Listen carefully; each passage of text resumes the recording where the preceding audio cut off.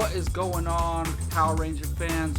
Welcome to Off the Grid, a Power Rangers podcast. I'm your host, Jacob Bartley, and this is the show where we talk all things Power Rangers, whether it be movies, television, toys, comics, whatever that may be. And I don't mean to block my Ashley Power Rangers in Space toy with that comic. Let's make sure we could see that as well.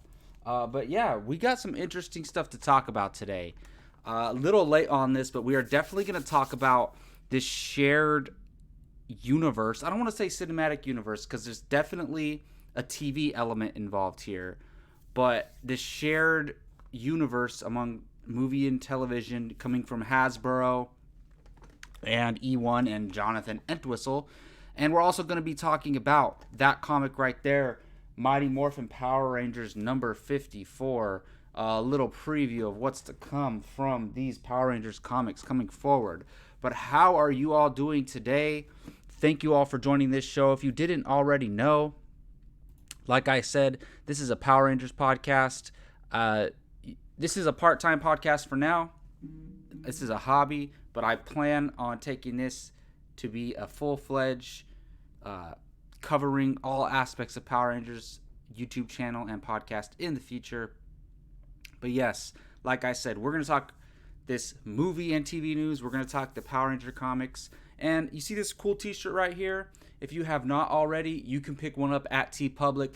Shout out to Jake Berlin. He not only designs all the graphics and helps produce this show, but he also designs this cool t-shirt. Go to TeePublic, search for Jake Berlin, you can search Apocalypse, which is the movie channel that we do. You can find the shirts under there as well. But yes, please go buy an Off the Grid shirt, mug. That would be absolutely fantastic. But yeah, so the big news announced is that Hasbro, through their production company, one of their production companies, eOne, is going to be developing I guess what they're calling a Power Rangers cinematic universe in a way. And cinematic universe for lack of a better term, because basically like the MCU is a cinematic universe, but they're going to have TV shows involved in it as well, but it's still going to be called the MCU. And this is coming from the creator Jonathan Entwistle, who, look, we already knew for months that they were working on a new Power Rangers film. We assumed it was going to be a reboot. So we knew that Jonathan Entwistle was working on that, and he has worked on Netflix shows like I Am Not Okay With This and End of the Effing World, which I still haven't seen. I plan to watch just to kind of get a gauge of his style and everything like that. But this is the type of stuff that I made this podcast for, to talk about this. Now look, I'm excited, but I will say I want everyone to temper their expectations. And also, I want to say we had a Power Rangers movie come out in 2017. It completely flopped at the box office. I have a special place in my heart for that movie. I love it because it's Power Rangers, and it showed what I always believed possible, that you can do something serious and cool with Power Rangers. They missed the mark on certain aspects, especially the big fight at the end with the Zords and everything like that. In my opinion, and I've thought a lot about this, the way you market Power Rangers is like Transformers. You look, part of the reason why those Transformers movies do so well is the marketing. And they flood the commercials with big monster battles, big robot battles, right? Power Rangers can be Pacific Rim, but it's like Transformers meets Pacific Rim meets Star Wars. That's basically what it could be, or meets Green Lantern Corps. There's so many things you can do with that, and I do think eventually, especially it's rumored that we're going to be getting time travel in this Power Rangers movie. I think we're going to jump into Shattered Grid. And I've been saying for years, that's where Power Rangers needs to go on TV or in film. They need to build towards Shattered Grid. That can be their Infinity War saga, is Shattered Grid, okay? And look, everybody, I do it. We're always going to compare success in entertainment, especially when it comes to film and TV, to the MCU. It not that they have to copycat exactly what they do, but it is a goal to strive for. And I'll tell you this right now, Power Rangers is never, ever, ever going to reach MCU success. And you might get mad at me for saying that as a Power Rangers fan yourself, but it's the truth. But all we can ask for is good content and content that makes enough money to give us more content. That's all we can ask for. And by that, I mean, look, if we need a movie to make 650 million, 700 million at the box office, we need that first before we can even ever think about getting multiple Power Ranger films. Anyways, so I don't know if Deadline reported this, but I read this on Deadline. So basically, they're saying Entwistle and eOne and Hasbro will now develop both the movie and TV retellings. eOne will develop and reproduce the projects, with Entwistle set to direct across both platforms. This is what they said. Jonathan has an incredible creative vision for this iconic and hugely successful franchise, and is hands down the right architect to join us as we reimagine the television and film worlds of this property, said Nick Meyer, President, Film, eOne, and Michael Lombardo, President, Global Television, eOne. And they also said, across our slate, we are looking forward to working with the most talented storytellers as we take on Hasbro's rich fan favorite brands and build entertainment universes around them. So that's coming from the president of eOne and Global Television. The film aspect part of eOne and the television part of eOne. So look, I don't think this is not going to connect to the 2017 movie at all. I think this is a full reboot, all right? I'm assuming this is a full reboot, all right?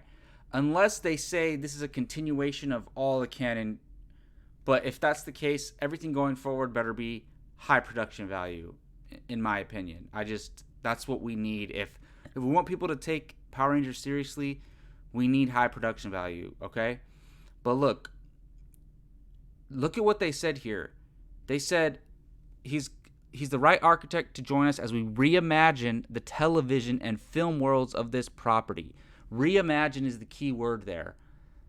They are going to take the Power Rangers mythology and adapt it, okay? And I'm okay with that because after the 2017 movie, I accepted that we're not going to get any films, Power Ranger films, or a high-budget Power Rangers TV show. And they're giving us another chance with this. So thank you, Hasbro. Thank you, eOne. Thank you, Jonathan Entwistle, for just giving us hope and giving us another chance. I love that. And this is what Jonathan Entwistle had to say. He said, "This is an unbelievable opportunity to deliver new Power Rangers to both new and existing generations of awaiting and adoring fans. We'll bring the spirit of analog into the future, harnessing the action and storytelling that made this brand a success. I'm looking forward to working with the teams at eOne and Hasbro. Together, we can't wait to share more Power Rangers with the world very soon." And I'm assuming Jonathan Entwistle is a Power Rangers fan, because how else, why else would he be? I'm assuming he went to them with a pitch and he's a Power Rangers fan, because there's just no other way. They didn't approach him and ask him to do this. He must be into, how old is this guy? Okay, he's 36 years old. So he's actually a little bit older than the age range of growing up with the Power Rangers. Because I'll tell you, I'm 29. And so he's 7 years older than me. And look, I started watching Power Rangers in 93, and I was 2 years old. Maybe that was a little too young. So when Power Rangers came out, he was 9. So actually, that's probably pretty realistic, because I was probably too young to be watching it at the time, to be honest. So if Power Rangers come out and he's 9, that makes sense. So I'm assuming he's a Power Rangers fan. I hope he's been paying attention to the comics.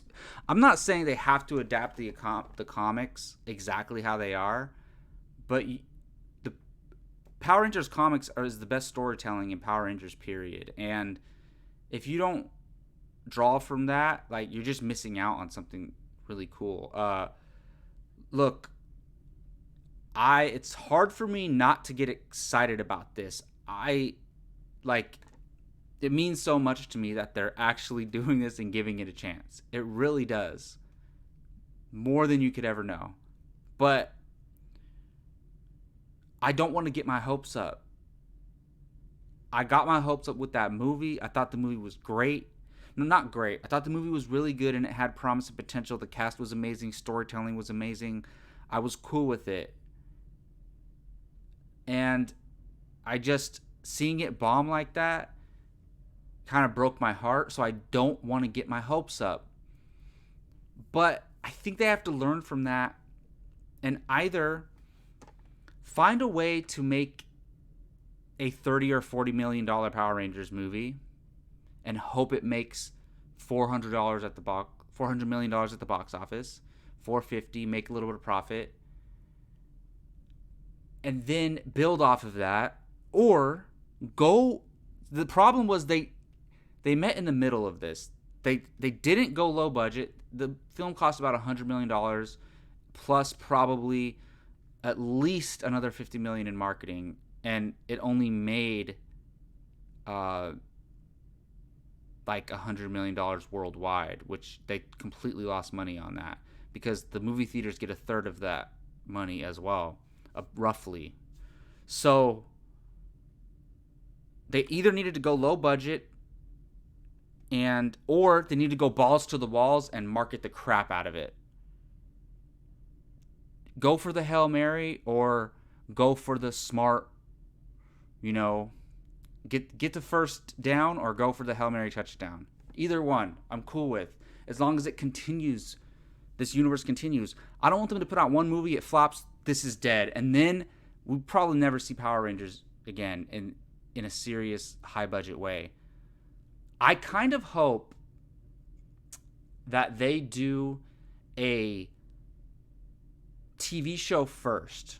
And I say that because TV shows, especially on streaming services, are not measured by a box office. They're measured by views, ratings, and receptions. So if this show comes out and it's really cool and they give it this new look and this kind of like, we talked about this on our movie podcast, Apocalypse, and if they go like Karate Kid or like Cobra Kai, I haven't seen Cobra Kai, but my buddies were saying that it would be a cool, like if they focus, I think they should focus on the martial arts aspects of the original TV show. Make Tommy and Trini and Jason martial artists. Stick to that. That was part of it. Stick to that. They didn't do that in the 2017 movie, which was the least of its problems, but I thought Goldar was the worst problem in that movie. But and lack of Megazord transformation. But anyways, I don't know what they're going to do. I think they're going to do something where like the TV show is a separate set of characters and the movie's a separate set of characters. The TV show will probably focus on, or the movie will probably focus on the Mighty Morphin Power Rangers, I'm assuming. And then the television show, maybe the television show is like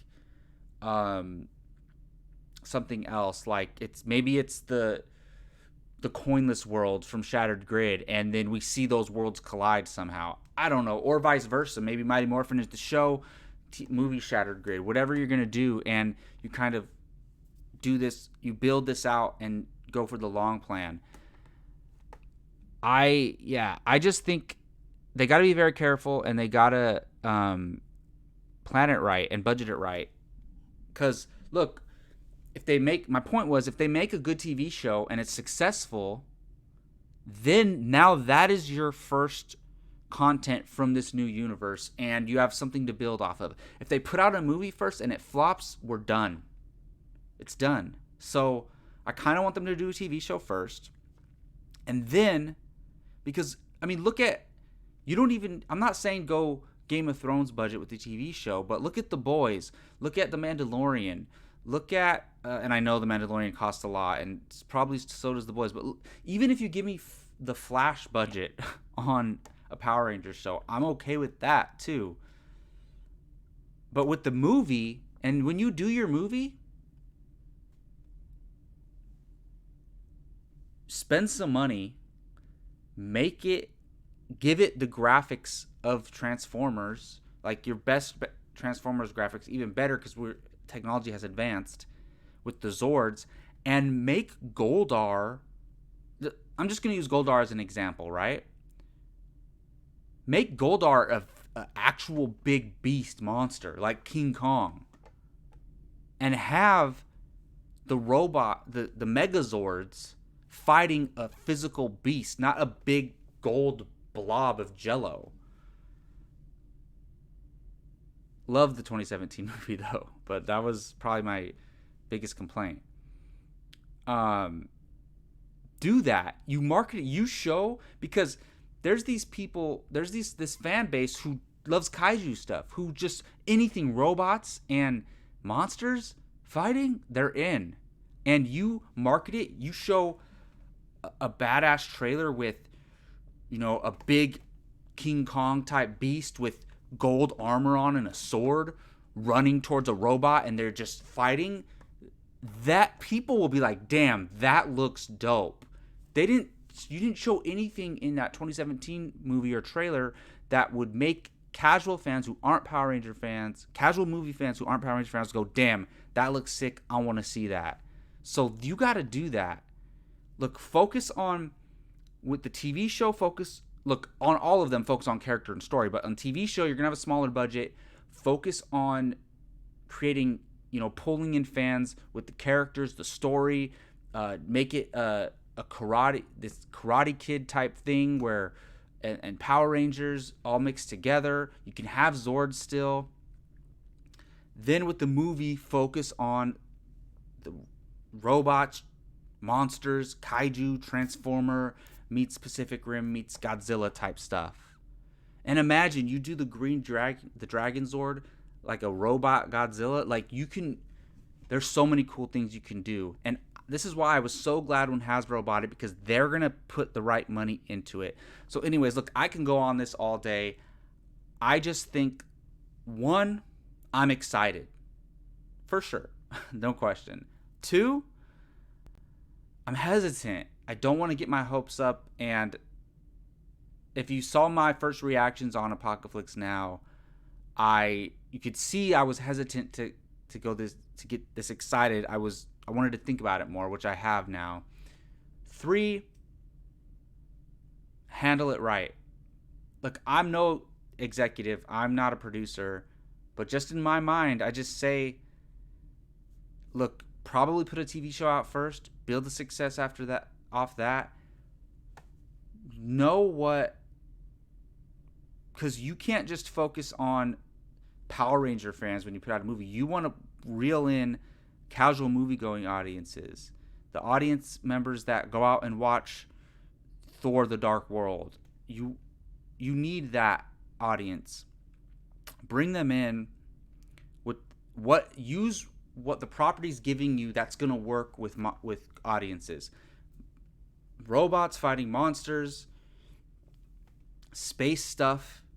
You can go into the mythology of Power Rangers with the morphing grid and the space and the aliens. Like, do all that and use that to your advantage. And I'm just hoping this works. All I want is to get the content. I don't need it to be MCU successful. I just want it to be successful enough to keep the universe going.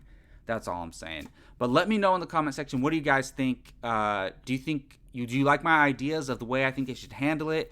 Are you just excited and you're not worried at all? Or are you worried like me? Let me know in the comment section. I would love to hear your thoughts. All right, one more thing before we go. I review all the Power Ranger comics that come out under Boom Studios. I've read every single issue, from the Mighty Morphin line to the Go-Go line. I've read the Teenage Mutant Ninja Turtles crossover. I've read the Justice League crossover.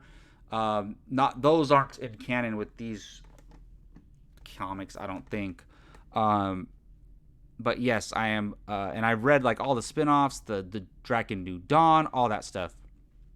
So, We're at Mighty Morphin Power Rangers number 54. They're starting a new kind of story arc. They're calling it New Evil. We had Shattered Grid, Beyond the Grid, Necessary Evil, now New Evil. And last we saw the Omega Rangers, which are Jason, Trini, and Zach. If you didn't know, in the TV show, when they left to go to a Peace Corps in New Zealand, the comics flipped that mythology and said they said they were going to do that, but instead they became these kind of like this police force. See what I'm talking about with the comics, Green Lantern type stuff? They come this police force in the galaxy, going and handling threats deep out in the galaxy that will ultimately help save Earth, because if these threats spread, they're going to eventually come to Earth. So they're out. They're trying to take this family, this alien family, back to their home planet. They show up to the home planet. It looks destroyed. And we know in the comics that something's coming, like some big threat is coming, which we know is why eventually probably the Omega Rangers are going to recruit Lord Draken, who the Mighty Morphin Power Rangers have held hostage right now, to help them fight this evil. And this looks like it's going to be the Emperils. I don't know how to pronounce it, but it's EMPYREL, Empyril.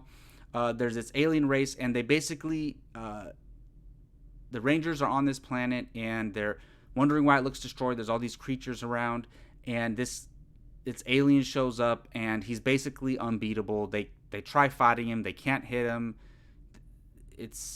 There's no hope. They start fighting him, and this is a pretty short comic. Not a short comic, but it's just this one scene, basically. Normally the comics jump around. This is just this one scene of them on this planet. They fight this monster. The robot Zai is up in the ship right above the planet, waiting for them, and Zai comes in to try to help them, and then the Emperil conjures this lava monster which destroys the ship that Zai and the family are on. Turns out they didn't get destroyed. They get into their Omegazords, and they fight this monster. They're still like not winning the fight, but Zai and Trini figure out a way to take out this lava monster, and using something called the Omega Spectrum Blast. And I really like the Omegazords. They're sleek. They're really cool. And they destroy this monster, and then the Emperil disappears. And it basically ends with Jason saying, we need to go talk to Zordon. And we know what's coming is there's going to be two comic lines coming called Mighty Morphin, and then just called Power Rangers. Mighty Morphin's going to follow the Mighty Morphin Power Rangers, the White Ranger-led Tommy team, and then Power Rangers is going to follow the Omega Rangers. And they're going to we think it's kind of leading to this type of civil war, because they know this big threat is coming, the Emperils, and we think that's what scared Draken so much when he showed up again in these newer comics. And so basically what I'm speculating, and what is probably already out there, is that the Omega Rangers are they want to team up with Draken to take out this threat. The Mighty Morphin Power Rangers are like, hell no. And it leads to some type of conflict. And we have a new Green Ranger coming in the midst of this, who's going to be fighting with the Mighty Morphin Power Rangers, which we don't know who that's going to be yet. I still think it's going to be, why am I forgetting his name? Kimberly's ex-boyfriend in the comics, who knows that they're the Power Rangers, by the way. And he's had a long history, and I still think it's going to be him. So, yeah, look, like I said, this is just this one scene, but it basically, its main purpose was to show us that how powerful these Emperils are, and they're pretty damn powerful. They essentially could not beat him.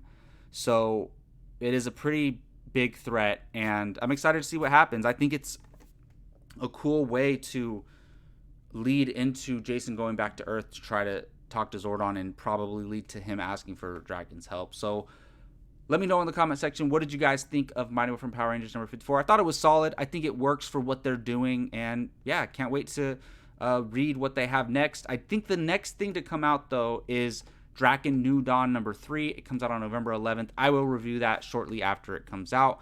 And that's going to do it for this episode of Off the Grid, a Power Rangers podcast. Thank you for watching.